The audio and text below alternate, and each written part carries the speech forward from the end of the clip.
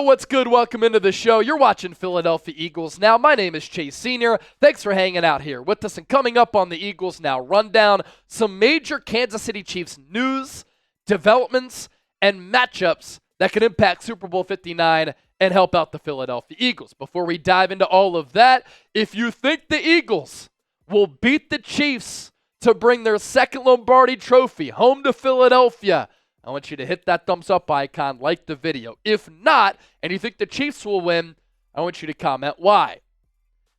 Topic number one, Joe Thuney, who has been a great guard throughout his NFL career, will start again at left tackle for the Kansas City Chiefs. The Chiefs have a left tackle problem. Thuney replaced DJ Humphries at that position back in November.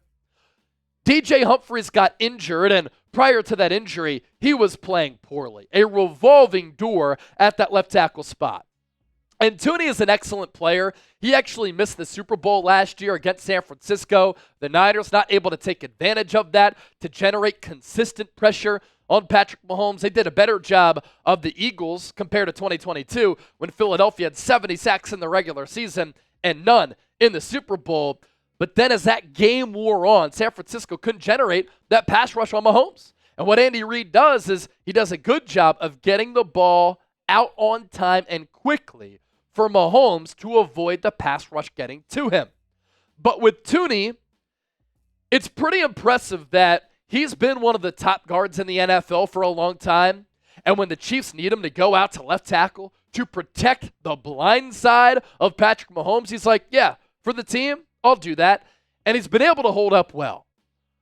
But the Eagles, with the number one overall defense in the National Football League, need to take advantage of this. This is Patrick Mahomes' backside that we're talking about. And if the Eagles can get backside pressure, you hit Mahomes, you make his night long, hopefully you can strip sack him, you hit him to force an errant throw, turnovers could go a long way in determining a winner for this game. And Humphries in 2024, this is why he needed to be replaced. He only played 92 snaps at left tackle. Had an overall Pro Football Focus grade of 44.8. That was bottom 10 or 11 among all offensive tackles in the game. He had a pass blocking grade of 30.5. A run blocking grade not bad at 66.1, but he also gave up 11 pressures on those 92 snaps. For Thuney, much of his time during the regular season here with these numbers came at guard. Overall PFF grade of 79.9, pass blocking grade of 81.9, run blocking grade of 73.5, 896 snaps at left guard, 218 at left tackle. In the playoffs, you look at how he's fared at that left tackle spot, it's really impressive what he's been able to do, and he's obviously gotten some assistance from Andy Reid here with the play calls and the play designs.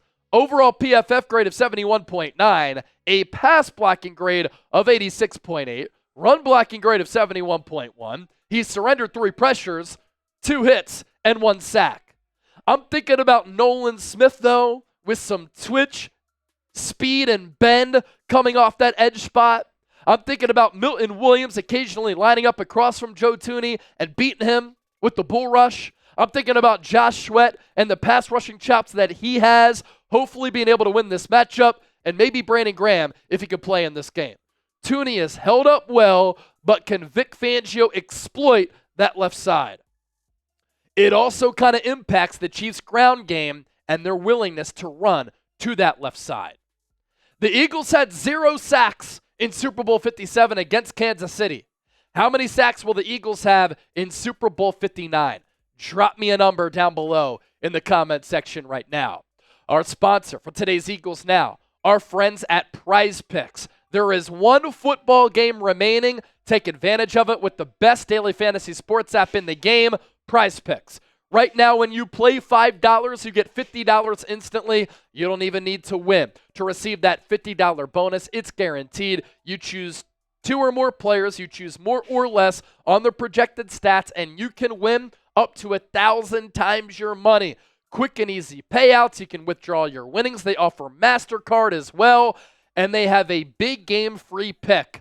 I know this is Eagles Now, but this is a dub right here. Patrick Mahomes, more than a half passing yard. All you need to do is get one more win to be on your way to a victory. Another look at our square and our lineup. Saquon Barkley, more than a half rushing and receiving touchdown. I like his chances to score a touchdown and find that midnight green end zone against this Spags defense. Get $50 when you play $5. prizepicks.com/CLNS, code CLNS. We'll put that link down below in the show notes and attached to the pinned comment of today's Eagles. Now, to the back half of the show here, and some developments and some things that could impact the Chiefs and lead to an Eagles victory here. This is major stuff that we're talking about.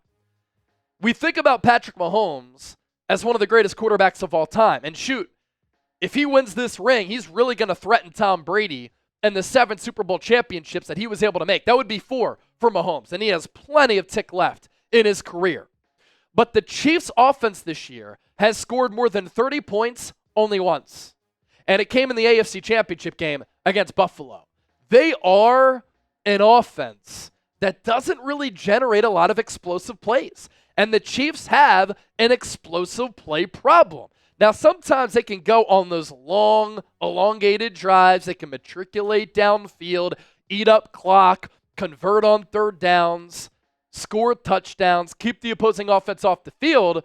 But I like the Eagles' chances here of stopping the run because I don't think that ground game is great, not giving up explosive plays, and if they can get pressure on Patrick Mahomes, if they can cover Travis Kelce, they can win this game.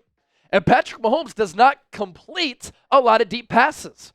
The Chiefs don't do an excellent job of stretching the field vertically. So if you cover the long ball, and that's already a weakness of Kansas City, and you condense things a little bit, and you do those other elements that I talk about, you can find success on the defensive side of the rock. Some notable Mahomes numbers here.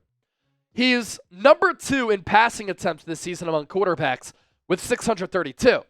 But his deep ball attempts are number 16. His passing yards are number 8 with 4,350, but his air yards, middle of the pack at 14.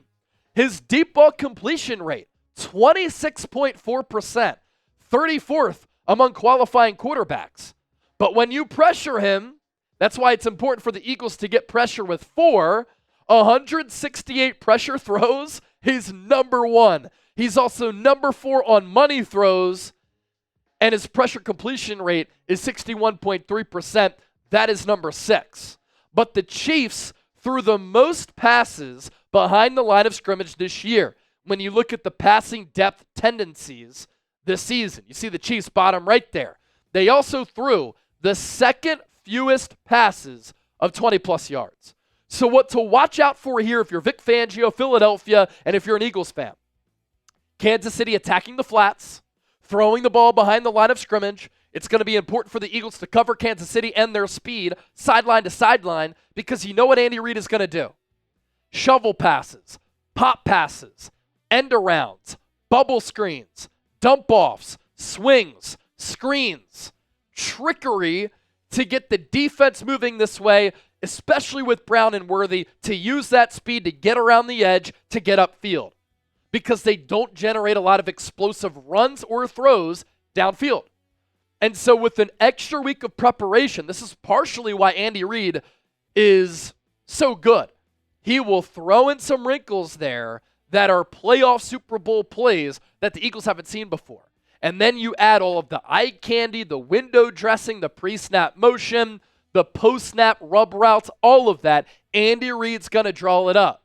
But the fact that Kansas City doesn't put up a lot of explosive plays plays into the favor of this Eagles defense because they do a good job of all of those areas. There's also this. The Chiefs lack explosive runs.